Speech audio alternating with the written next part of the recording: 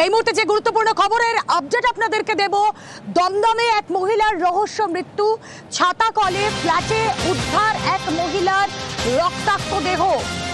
দমদমে মহিলার রহস্য মৃত্যুর ঘটনা, দমদমের ছাতাকল এলাকায় ফ্ল্যাটে রক্তাক্ত দেহ উদ্ধার নাগেরবাজার থানার পুলিশের।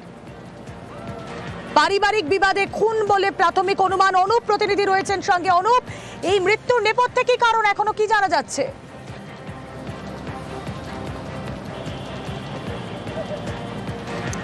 আরো একবার আপনাদেরকে জানিয়ে রাখি, দমদমে মহিলার রহস্য মৃত্যু, দমদমের ছাতাকল এলাকায় ফ্ল্যাটে রক্তাক্ত দেহ উদ্ধার নাগেরবাজার থানার পুলিশের। পারিবারিক বিবাদে খুন বলে এখনো অবধি পুলিশের প্রাথমিক অনুমান। কথা বলবো, অনুপ রয়েছেন প্রতিনিধির সঙ্গে। অনুপ, কি জানা যাচ্ছে এখনো? পারস্পরিক বিবাদের জেরেই কিন্তু এই ঘটনাগুলো এমনটাই জানাচ্ছে। ঘরের মধ্যে থেকে দেহ উদ্ধার হয়েছে। পুলিশের পক্ষ থেকে গোটা বিষয়টা খতিয়ে দেখছে। পারিবারিক যে বিবাদ, সেই বিবাদ থেকে গন্ডগোলের সূত্রপাত এমনটাই মনে করা হচ্ছে। সকালবেলা আজকে যখন এই ফ্ল্যাটের মধ্যে যে গৃহবধূর দেহ পড়ে থাকতে দেখা যায় এবং দেহে কিন্তু আঘাতের চিহ্ন আছে, এমনটাও পুলিশ বলছে। ইতিমধ্যেই পুলিশের পক্ষ থেকে গোটা যাবতীয় বিষয় যেমন খতিয়ে দেখা হচ্ছে এবং দমদম যে ছাতাকল, এই ছাতাকলের যে গৃহস্থী, সেখানে কিন্তু মূলত এটি ফ্ল্যাটের মধ্যে রক্তাক্ত অবস্থায় গৃহবধূ দেহ পাওয়া গিয়েছে। পারিবারিক যে বিবাদ চলছিল কয়েকদিন ধরেই, তার জেরেই কিন্তু কোনো গন্ডগোলের সূত্রপাত এবং সেখান থেকে ঘটনার বহিঃপ্রকাশ বলে এমনটা প্রাথমিকভাবে মনে করছে, যদিও পুলিশের পক্ষ থেকে সমস্ত বিষয়টা ইতিমধ্যে খতিয়ে দেখা হচ্ছে। ওকে,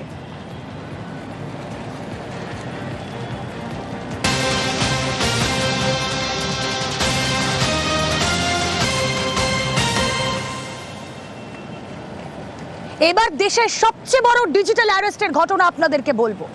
কত টাকা জানেন? অ্যামাউন্ট শুনলে চমকে উঠবেন। 58 কোটি ডিজিটাল অ্যারেস্ট।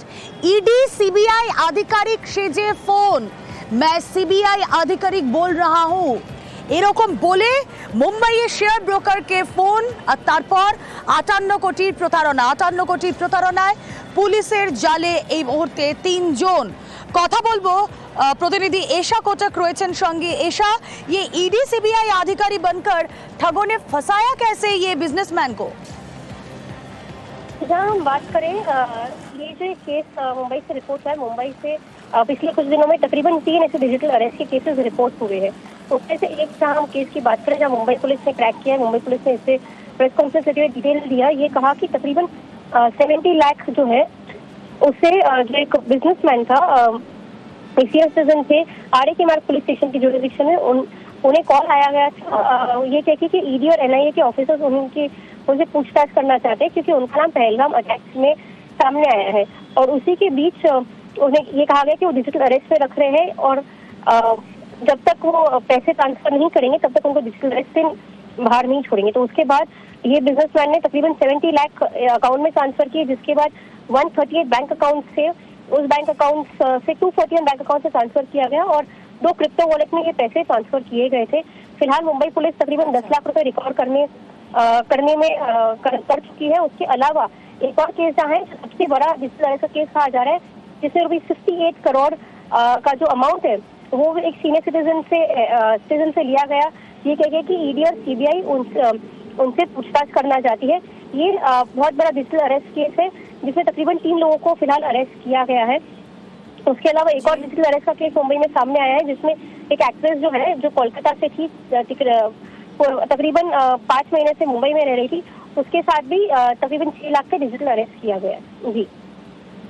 जी, हमने जो टीम को पकड़े हैं वो पूरा अकाउंट हैंडलिंग टीम है और इसमें जो 6 आरोपी है, इसकी रोल्स भी अलग अलग है। 31 केसेस में इन लोगों का नाम आ रहा है एनसीसीआरपी पोर्टल में। और रिसेंटली महाराष्ट्र साइबर का भी एक बड़ा केस था 58 करोड़ का, उसमें भी इन लोगों का रोल है करके निष्पन्न हुआ है।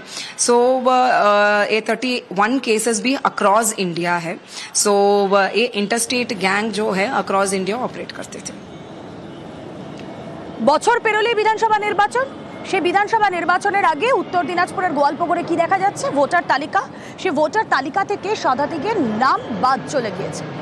এরা 2024-এর ভোটার তালিকায় এরকম ছিল, এমনও বেশ কয়েকজন রয়েছেন, কিন্তু তাদেরও নাম উধাও। এ নিয়ে রাজনৈতিক তরজাতে শুরু হয়েছে, কিন্তু কি কারণে ভোটার তালিকা থেকে শতাধিকের নাম উধাও হয়ে গেল জানবো। প্রতিনিধি চঞ্চল রয়েছেন সঙ্গে। চঞ্চল,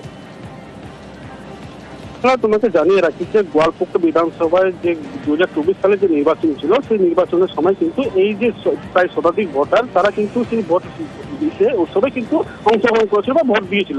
কিন্তু যেটা দেখা গেছে যে তৃণমূলের তরফ থেকে যে BLO যেগুলো নিযুক্ত করা হয়েছিল, সেই BLO গুলো যখন তাদেরকে দেখে বাড়ি বাড়ি দেখা গেছে যে 100-রও বেশি যে ভোটার তারা কিন্তু তাদের নাম কেটে গেছে। অর্থাৎ তাদের 2024 সালে যে ভোটার লিস্টের নাম ছিল, অর্থাৎ 2025 সালে দেখা যাচ্ছে ভোটার লিস্টে তাদের নাম আর নেই, সেই তাদের নাম কেটে গেছে, এমনটা কিন্তু অভিযোগ উঠছে। এই নিয়ে কিন্তু ভোটার যে নাম কেটে যাওয়ার কোনো যৌক্তিকতা আছে কিনা, এটা তো একটা সব থেকে বড় প্রশ্ন। বিজেপির বিরুদ্ধে চক্রান্তের অভিযোগ করছে তৃণমূল। ভোটার তালিকা সংশোধন রাজ্যের দায়িত্ব পাল্টা দিচ্ছে বিজেপি। কি অভিযোগ? নাম কাটে গেছে ভোটার লিস্টে, 2024-এ ভোট দিয়েছিল আর এখানে নাম কাটে গেছে। কি করে বুঝলেন? ইনকোয়ারি গেছিল, ইনকোয়ারিতে দেখা যাচ্ছে নাম নাই। কি চাইছেন এখন? ভোটার লিস্টে নাম উঠাবো না। 2024-এ ভোট দিলাম আর 2025-এ ভোট নাই আমার। নাম কেটে গেছে? হ্যাঁ, কেটে গেছে। কি করে কাটলো আমি তো জানি না। এখন যখন আমি ইনকোয়ারি গেল আমার কাছে, তাই বললো যে আপনার নাম নাই। আমি এখানে আসছি, বেলার কাছে আসছি, এখানে বলে আসছি, বললো যে আমাকে হয়ে যাবে। 2019-এ এনআরসি বলে যেটা ছিল, কিন্তু এখন মানে এসআইআর বলে কিন্তু সাধারণ পাবলিক খুব এটাতে হয়রানি পরেশানিতে পড়ছে। কত ভোটার হবে এরকম যাদের নাম কাটা গেছে এখনো পর্যন্ত? 102 জনের মতন নাম কিন্তু ডিলিট হয়ে গেছে। 100% চক্রান্ত, বিজেপির একদম চক্রান্ত এটা। মহারাষ্ট্রতে যেভাবে কারচুপি করে ওখানে দখল করলো, তারপরে দিল্লিতে আমরা দেখলাম, তারপর হরিয়ানাতে দেখলাম। এখন লক্ষ্য হচ্ছে, টার্গেট হচ্ছে ওনাদের বাংলাটাকে দখল করার জন্য এগুলো কারচুপি করছে ওরা। এখনো পর্যন্ত ভোটার লিস্টের কাজ পশ্চিমবাংলায় যারা করছে তারা এই পশ্চিমবাংলার সরকারের কর্মচারী। স্বাভাবিকভাবে সেখানে বিজেপির কোনো কিছু করার নেই। গোয়ালপুকুরের ভিডিও বা গোয়ালপুকুরে যাদেরকে BLO দায়িত্ব দেওয়া আছে, সেই সমস্ত বুথ লেভেল অফিসার তারাই বলতে পারবে কার নাম কেটেছে, সেটা কেন কেটেছে। সেই জবাব তো BLO-কে দিতে হবে। BLO-র উপরে যে আছেন ভিডিও, সেই জবাব ভিডিওকে দিতে হবে। এখানে তো বিজেপি ভোটার লিস্ট তৈরি করেনি। একদিকে আপনাদেরকে দেখালাম ভোটার তালিকা থেকে উত্তর দিনাজপুরের শতাধিকের নাম বাদ, অন্যদিকে ভারতের ভোটার তালিকায় পাক নাগরিক। অবাক হচ্ছেন না? এমনই ঘটেছে উত্তর 24 পরগনার নৈহাটিতে, আর তারপরে শোরগোল পড়ে গিয়েছে।